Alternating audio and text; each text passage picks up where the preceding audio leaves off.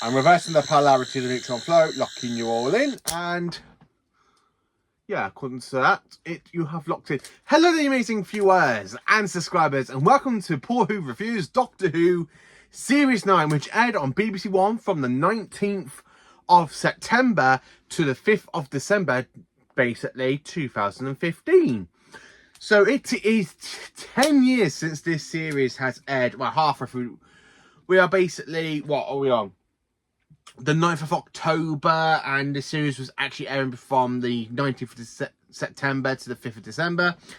So before I get into the review, I'm going to show you what I own of Series 9 completely, and basically what I have to say about the whole series as general, and I'll talk about a little bit of the episode. So for Series 9, I own quite a bit of Series 9 merch in the collection. So of course I have Series 9 Part 1 on DVD.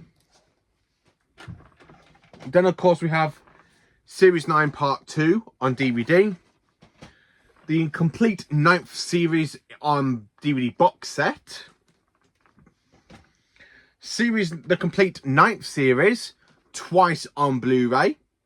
This is my original one from 2016, as you can see here, because it is a little bit knackered and battered. And this was actually sent to me as fan mail, believe it or not. So, yeah, I do have Series 9. And then, of course, I've got the Series 9 Steelbook. And then, of course, the complete Peter Capaldi collection, which has everything from Series 8 to Series 10. And, of course, this bootleg Chinese DVD, which some people are shocked I still kept them. It's because I spent I kind of spent a lot of money on them. And I can't really be bothered to get rid of them. So, of course, I have Season 9, aka Series 9, in this as well. So Series 9, what can I say about it? Well, it's a mixed bag of a series, to say. There are some good episodes in it. There are some episodes where they look absolutely crap, and there are even some episodes where I don't even want to mention. So I'm going to be talking about a lot of these, because a lot of these episodes are two-parters. Series 9 is full of two-parters before you get to the finale, which is a kind of a trilogy. I like to say it's like a two-parter, but the third to final story kind of leads into the other two episodes. So I class it as a little bit of a trilogy, even though some people class it as its own sort of thing. So Series 9, it stars Peter Capaldi as the 12th Doctor, and of course it is his second series in the role. It is the last and final season of Jenna Coleman as Clara. Hooray! After she feels a little bit irksome and a little bit doctory. And of course, we do have the return of Michelle Gomez's Missy. We also meet some new characters like Ashildr, played by Maisie Williams from Game of Thrones. And we also have some other great guest stars as well. So let's talk about the episodes themselves for this review. So first of all, we have The Magician's Apprentice and The Witch's Familiar, which aired on the 19th of September and the 26th of September 2015. So this is a Dalek two-parter. So the Doctor has kind of basically gone around in a convention Dalek, and he's gone around and given it to Missy through the Sisterhood of Khan, because they think the Doctor's going to die because of an event that he did where he accidentally landed back on Skaro in the middle of the war between the Carlins and the Fowls, where he meets a young Davros. And of course, he literally gives Davros the sonic screwdriver, and of course, he ends up running away because he knows Davros, like from the 4th Doctor's speech. So Davros is technically dying at this point, so he wants to basically find the Doctor, and of course, he uses Connery Sarf. And of course, he goes round all through time and space trying to find the Doctor. And of course, he goes to the Sisterhood of Khan, where he goes, Davros knows. Davros remembers. Like that, which is quite good. So then, of course, the Doctor is hiding in the Middle Ages. So, of course, they do get found because Missy and Clara and the help of UNIT do track the Doctor down. Missy with the Time Vortex. Now, Missy is an incarnation of the Master, so God knows what happened to her TARDIS for her to use a Time Vortex manipulator. So she ends up basically going to the Middle Ages with Clara to try and find the Doctor, and the Doctor is there coming in, playing a guitar on a tank. and thinking he's a little bit funny. And of course he's there celebrating. No, I'm celebrating all my lives. Yesterday I wore a long scarf. Well, no, yesterday I was wearing a bow tie. The day before I was wearing a long scarf. It's a party that all of me are invited. I do quite like the fact how you've got the beard person, Boris. And of course he's there being bitten by Connors' staff. And of course he later turns out to be taken by a Dalek trooper. He goes, "The TARDIS has been located." So the Doctor, Missy and Clara are basically taken to Skaro and included the TARDIS, where basically the Doctor is taken straight to Davros, and Clara and Missy end up encountering the Daleks. And of course they think they have exterminated the two of them because Missy uses the Time Vortex Manipulator. And we kind of think Clara's dead. And of course the Doctor is full of rage. And of course, him and Davros have a little bit of moment until it's basically revealed that it's a trick for Davros to try and get his hands on regeneration energy. And the Doctor basically gives it to him. But luckily that they do escape Skaro. Missy ends up being trapped by the Daleks. God knows how she escapes. Really, very God knows how she escapes. But yeah, that's kind of the gist of the two parts. Then, of course, we have Under the Lake and Before the Flood, which is a fantastic, creepy episode which aired on the 3rd and 10th of October 2015. This is definitely one of my favourite episodes of the series because it's full of creepiness. You got ghosts. The Doctor is being really great in this role. I do like this episode. It's really great. I love when the sea base comes under threat of the water of the sea, or basically the lake, and they're literally running around the corridors and stuff, which is actually an epic. It is a great story. Now, every single one of the cast does die, apart from the Doctor and Clara and 2 members of the actual original crew, where everybody else kind of dies, but the Doctor does save the day in the end, but not those who basically end up dead. And then, of course, we jump into The Girl Who Died and The Woman Who Lived. That aired on the 17th of October and the 24th of October. And for an actress like Maisie Williams, you would think it's a good episode. No, you got Vikings that take the Doctor and Clara. I like when the Doctor goes, "On my face is superior technology," and I like how the Vikings just break the Doctor's sunglasses, the sonic glasses, and they're like, "Clara, we're going to go with the Vikings." I love that. That is literally the best thing about it. I like the Mara, that the kind of fish alien creatures, they look like a little bit of fish creatures and stuff. The Girl Who Lived, the Woman Who Lived, is a really bad version of the first episode, which is kind of set straight after another, but for the timeline wise, it's basically been several hundred years since Ashilda died, and Doctor gives her the little Mara tech that keeps healing her, so she ends up becoming immortal. Yeah, not too fond of the episode, but what can I say about it? Well, of course, we have the Zygon Inversion and the Zygon Invasion, which aired on the 31st of October and the 7th of November 2015. So this one, part 1, aired on Halloween, and it was a good episode. If you're going to air a Zygon episode, then air it on Halloween like this did, because it is fantastic. I like the creepiness of it. I like how the Zygons are a big threat, like they were in Terror of the Zygons. Day of the Doctor didn't do much with the Zygons, apart from them taking over the Earth, and then, of course, you just get straight to the Gallifrey stuff, so you don't see what actually happened with the Zygons. So, I like the opening shot where it says, "Once upon a time, there was 3 Doctors," so you have that fantastic callback to the Day of the Doctor. And that's really it. And then, of course, you have the Zygons that want to rule the Earth. You got Bonnie the Zygon. And I like when the Doctor delivers that war speech. No matter how right you feel, you've got no idea who's going to die.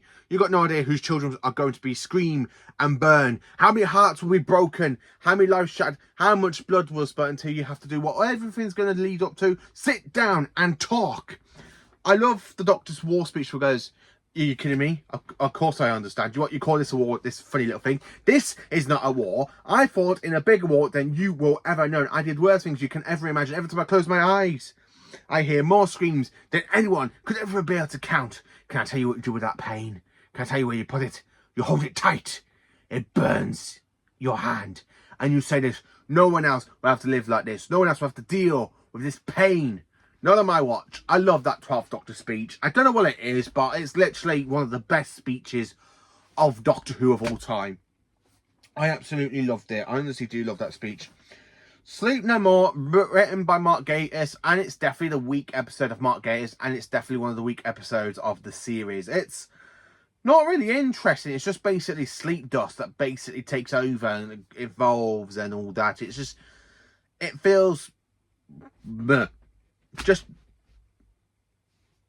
and that's the only way to explain it. It's just that's the only way I can explain it. Face the Raven is definitely one of my favourite episodes because you've got the Doctor and Clara in the TARDIS, and then of course they literally get a phone call from Rigsy from Series 8. They go to Rigsy's place. The Doctor finds out he's got a baby, and of course he's got a tattoo. So the Doctor goes, "It's a very, very boring tattoo." And then of course the Doctor realises it's a countdown that he's been retconned, and then of course they look for a trap street. And when they get to Trap Street, they find the owner is Ashildr, aka known as Me. We have Dr. Maisie Williams for a third episode, and she does return for a fourth episode, the last one. But yeah, I do quite like how it got the massive build-up. You got basically cameos of an Ood, a Saruman, Juju. You basically got like Santarans and Silurians and all that, anything that had been left over from past invasions, and basically means took them into the Trap Street. I like how it's all a trap for the Doctor set by the Time Lords, which is absolutely great in a way because it actually makes the Time Lords a little bit more menacing like they were in the War Games. But yeah, I do quite like the fact when basically Clara sacrifices her own life for her own stupidity because Ashildr basically made a deal with the Quantum Shade. So it's actually quite good seeing Clara die because Clara's getting a little bit irksome for me. She should have left at the end of last Christmas from 2014. She should have.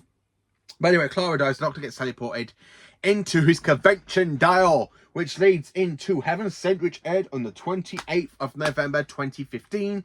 It's a fantastic episode. It's a Doctor episode on its own. So it's a bit like how the Deadly Assassin was for Tom Baker, where Tom Baker had that whole 4-part story to himself and you got the guest cast. Where this is just basically Peter Capaldi running away from a monster that literally kills him on the spot. But the Doctor's got to tell them the truth, and of course he's trapped there for 4 billion years. And he ends up literally dying, surviving, rebooting. And he's literally going over in a quantum leap until basically he breaks out of the convention dial and find out he's on Gallifrey, which leads into Hellbent. And Hellbent was actually aired on the 5th of December 2015. Now, Hellbent, it's not a great finale. It's a little bit of a mixed bag.